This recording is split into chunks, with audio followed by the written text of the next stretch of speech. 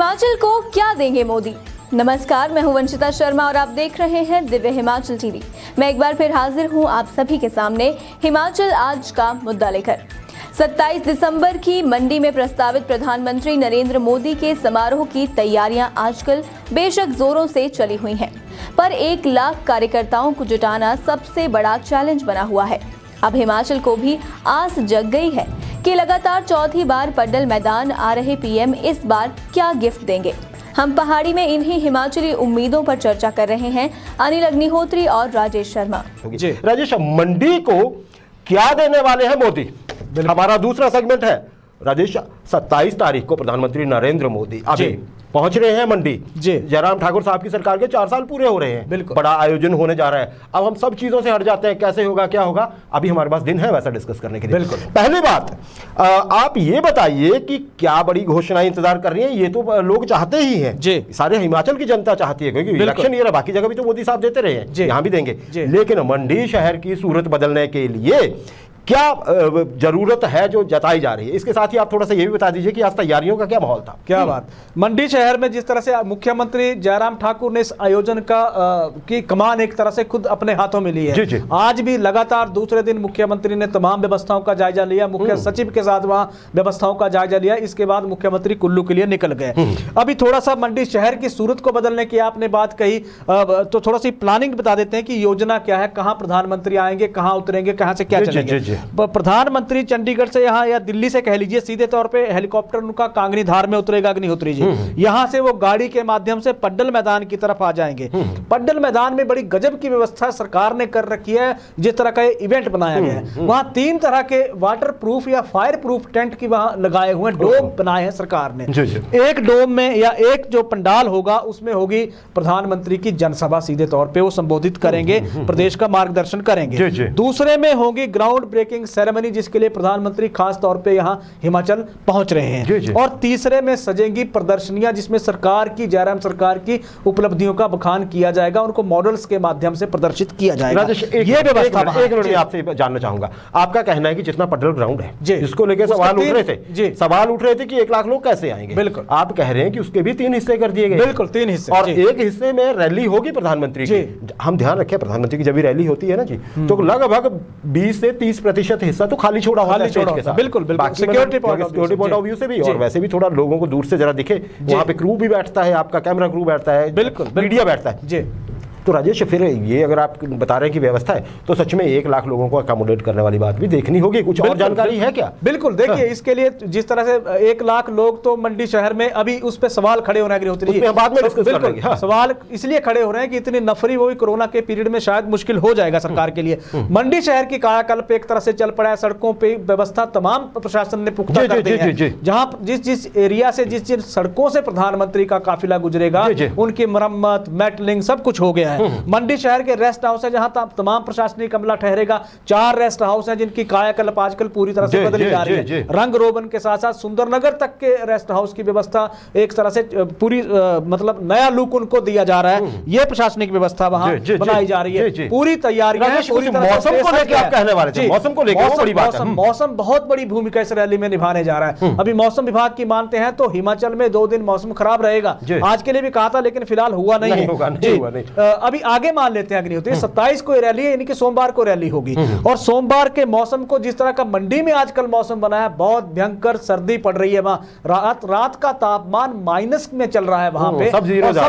सबसे बड़ी बात वहां ये हो रही है कि जिस तरह के 1 लाख के कार्यकर्ताओं के लिए कॉल जो एक दी गई है बीजेपी की ओर से, वो कॉल ये दी गई है कि आप सुबह 10 बजे से पहले मंडी पड्डल ग्राउंड में होने चाहिए। उसके लिए तमाम व्यवस्थाएं कर दी गई हैं। अब सवाल ये खड़ा हो गया कि मंडी में एक तो धुंध पड़ रही है, धुंध ही शहर की 12 बजे के आसपास खत्म हो रही है, तो उस तरह के कितने कार्यकर्ता कहां से आएंगे, क्योंकि कार्यकर्ताओं को रातों रात आना होगा।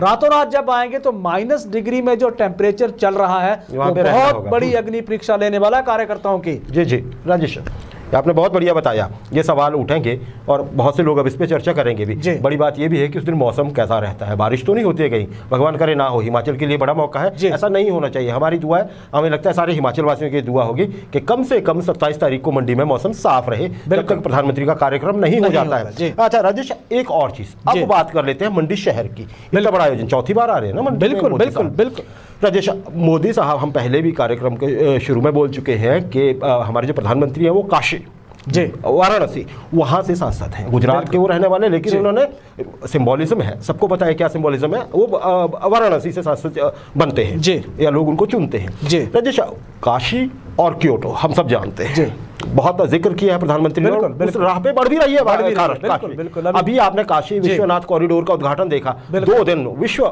हम ये नहीं कहेंगे कि भारत के मीडिया में, वर्ल्ड मीडिया में छाया रहा। हाँ, वर्ल्ड मीडिया में क्या कायाकल्प हुआ है। राजेश, क्या मंडी ऐसा उम्मीद कर सकती है कि काशी और छोटी काशी, दैट इज वाराणसी और मंडी शहर, क्या प्रधानमंत्री ऐसा करेंगे कि आप एक तरह से इन दोनों को जोड़ के विकास की कुछ बात करेंगे जी? क्या कहेंगे राजेश? बिल्कुल सही है। देखिए, जिस तरह की उम्मीद मंडी को, पहले उम्मीद पे चलते हैं, उम्मीद जिस तरह की मंडी को थी, या एक प्लानिंग जिस तरह की मंडी को लेकर हो रही थी, लोग चाह रहे थे कि इस तरह की व्यवस्था बने, और उसमें प्रधानमंत्री नरेंद्र मोदी ने भी एक वक्त कहा था, मैं थोड़ा सा उसमें यहाँ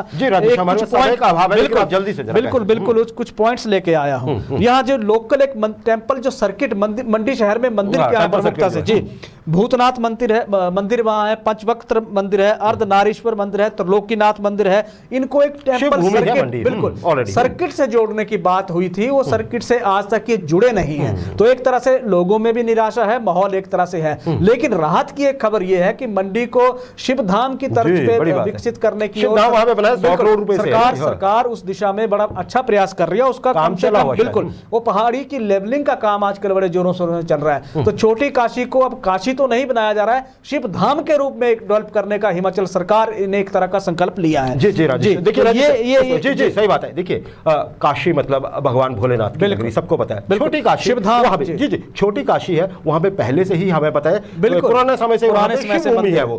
अब इसमें ठीक है, आपने कहा कि वहां पे शिव धाम बनाया जा रहा है, बहुत अच्छी बात है, बनना भी चाहिए था। लेकिन राजेश, बात वही है कि बनारस की तर्ज पे, वाराणसी की तर्ज पे वो भी शिव भूमि, ये भी शिव भूमि, वो देश की शिव भूमि, ये हिमाचल की छोटी काशी, तो इसको बहुत वर्षों से कहा जाता है ना। बिल्कुल तो बात नहीं की है राजेश।